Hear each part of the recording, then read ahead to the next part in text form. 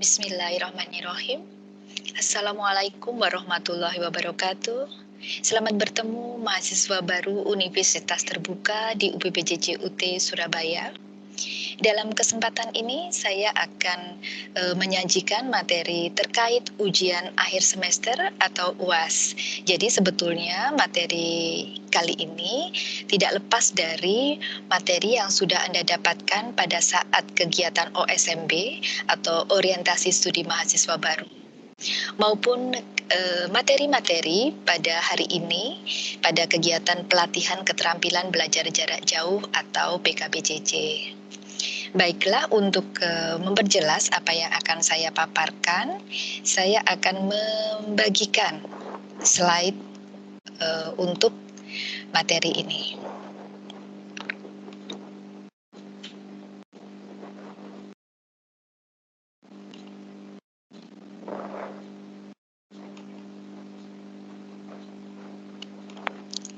Nah, mudah-mudahan bisa terbaca dengan jelas ya slide-nya, tentang cara tepat mempersiapkan diri menghadapi ujian akhir semester atau UAS.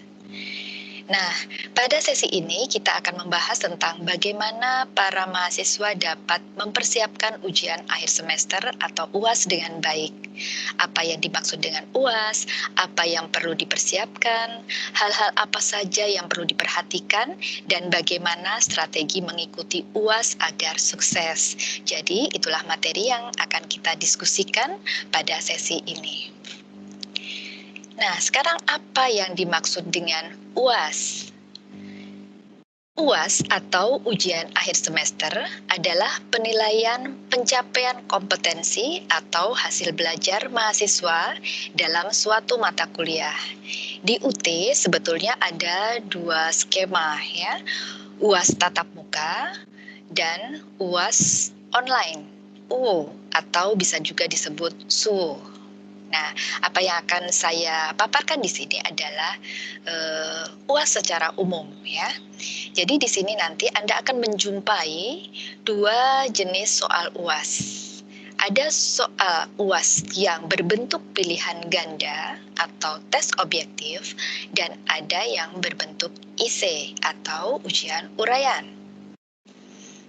Nah, nanti pada saat tes objektif tersebut atau pilihan ganda, kita akan menggunakan apa yang disebut dengan LJU atau lembar jawaban ujian. Sedangkan untuk soal esai, Anda akan menggunakan apa yang disebut dengan BJU atau buku jawaban ujian.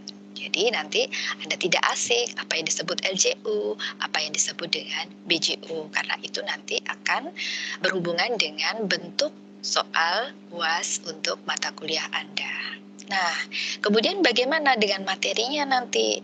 Anda tidak perlu bingung ya, karena materi UAS itu akan bersumber dari konsep-konsep penting dari seluruh modul atau BMP mata kuliah Anda.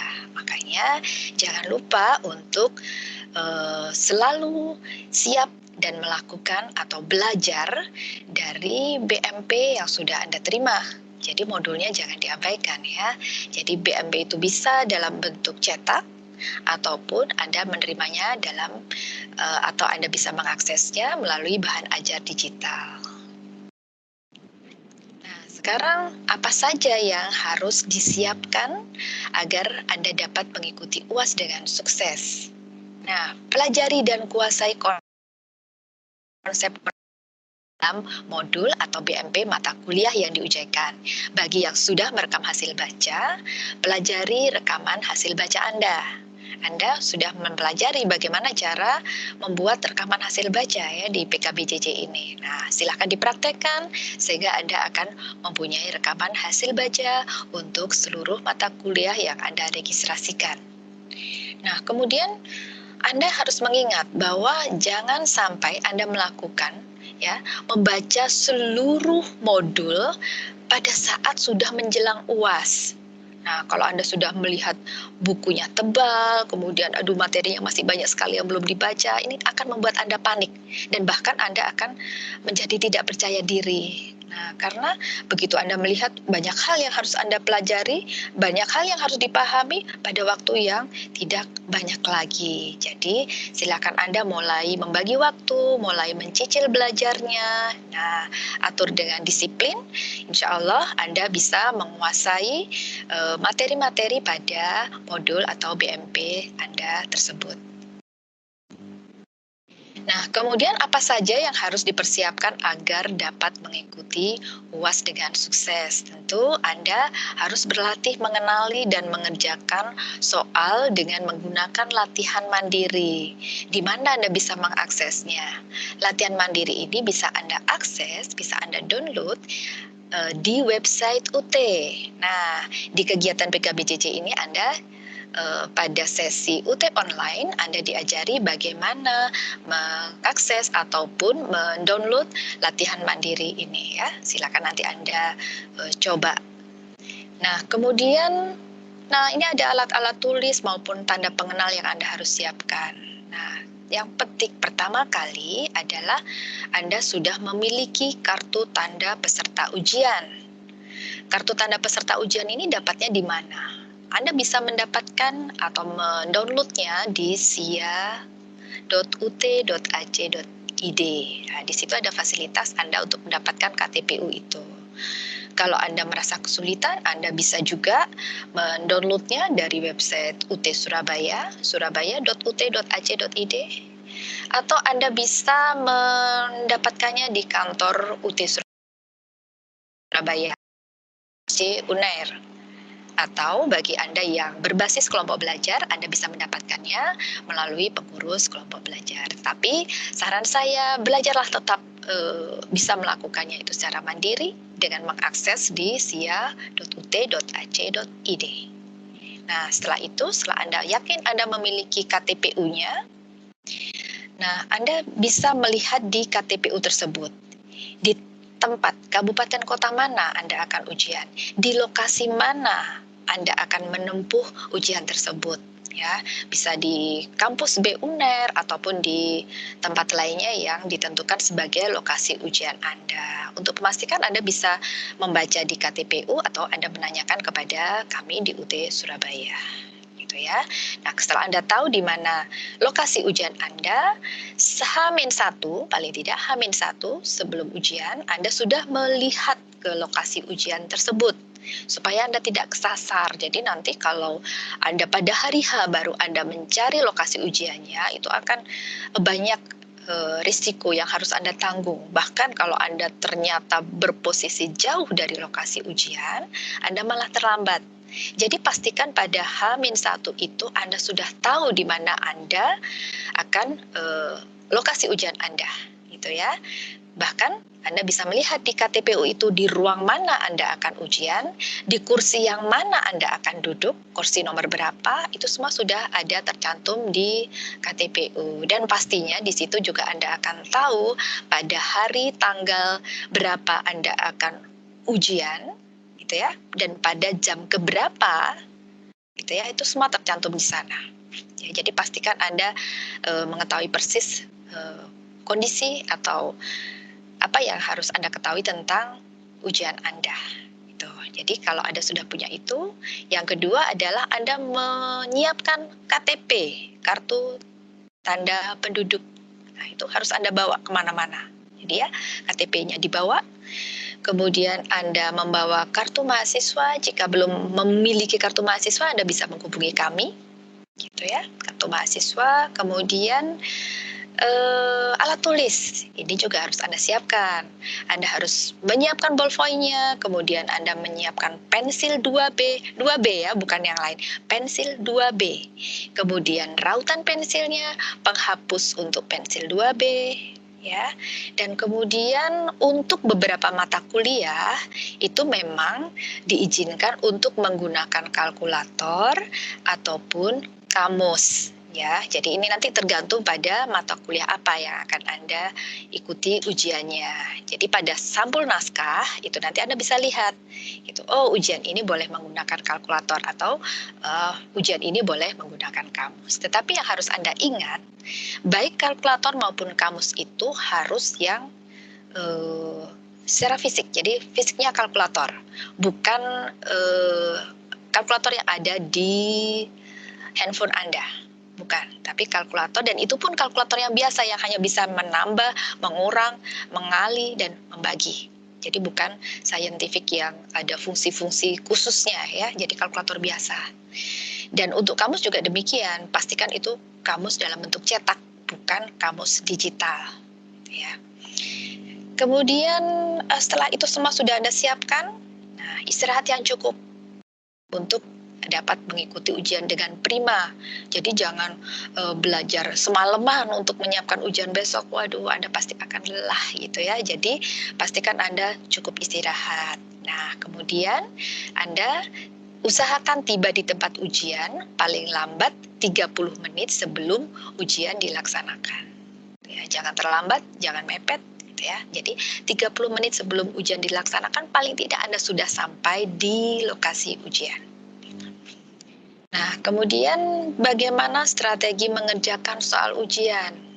Sebelum saya membahas tentang strateginya, pastikan dulu ya setelah Anda masuk di ruang ujian Anda, pastikan bahwa tas dan handphone dan buku-buku Anda itu Anda letakkan di depan ruang ujian. Jadi bukan di samping Anda, apalagi di meja Anda. Jadi jangan ya, pastikan meja Anda nanti bersih, hanya ada alat tulis dan tanda pengenal.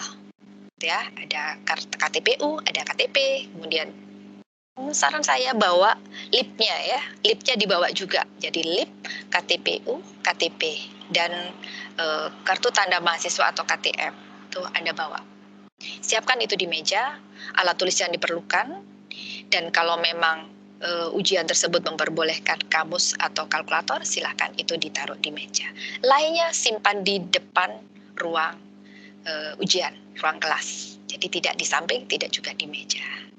Nah, setelah itu bangun kepercayaan diri bahwa Anda mampu mengerjakan soal itu dengan baik. Gitu ya, jangan kalau sudah nggak pede itu akan lihat ke kiri, lihat ke kanan, gitu ya. Jadi Anda harus percaya diri, oh saya bisa mengerjakan ini, saya sudah belajar. Insya Allah saya bisa gitu ya. Nah, kemudian mulailah membaca dengan cermat soal demi soal. Jawab soal yang Anda yakin benar jawabannya.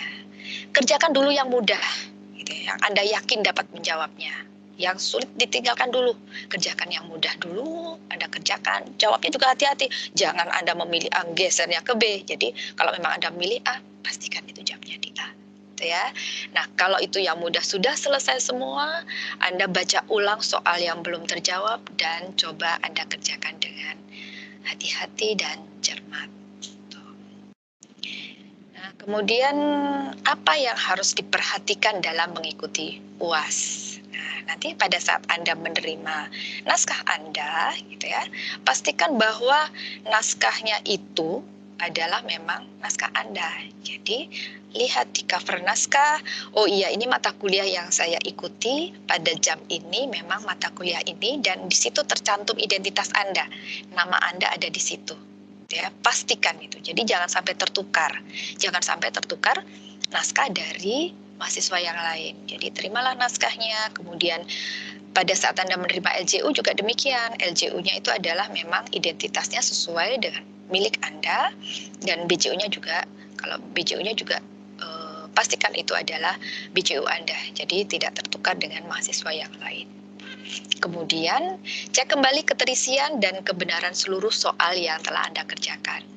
Nah, selama UAS ini hindari hal-hal yang bisa menyebabkan Anda gagal ujian. Ya, jangan sampai Anda sudah susah-susah belajar, Anda sudah susah-susah datang ke tempat ujian, tapi ternyata Anda gagal karena Anda melakukan pelanggaran. Jangan sampai, ya, perhatikan. Yang pertama, Anda bisa gagal ujian karena menggunakan joki. menggunakan joki ini, meskipun Anda hanya menggunakan joki untuk satu mata kuliah, tapi ini akan mengakibatkan semua mata kuliah semester itu akan terkena hukuman E. Ya, sayang sekali. Semua mata kuliah Anda akan mendapat nilai E.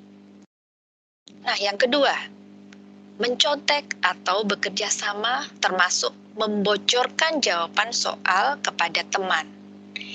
Ya, jadi baik yang mencontek maupun yang memberi contekan itu akan sama-sama akan mendapatkan nilai hukuman E atau EH.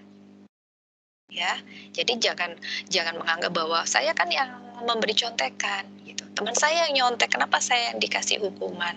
Karena ini berlaku untuk kedua belah pihak, baik yang mencontek maupun yang memberi contekan. Ya, di UT itu ada sistem di mana akan melihat gitu ya, melihat pola jawaban salah yang sama. Ada berapa persen pola jawaban salahnya sama, gitu ya. Itu akan sama-sama mendapatkan nilai hukuman, hukuman. Kemudian yang berikutnya adalah menghindari penggunaan handphone pada saat ujian handphone ataupun alat komunikasi lainnya. Jadi yang seperti saya sampaikan tadi, sebelum Anda mulai ujian, pastikan semuanya sudah diletakkan di depan kelas. Ya. Nah, demikian materi yang bisa saya sampaikan. Harapan saya tentu saja materi ini bermanfaat, gitu ya. Dan jangan lupa tetap belajar, berdoa, tetap semangat, dan jaga kesehatan. Terima kasih atas perhatiannya. Mohon maaf jika ada hal-hal yang kurang berkenan. Wassalamualaikum warahmatullahi wabarakatuh.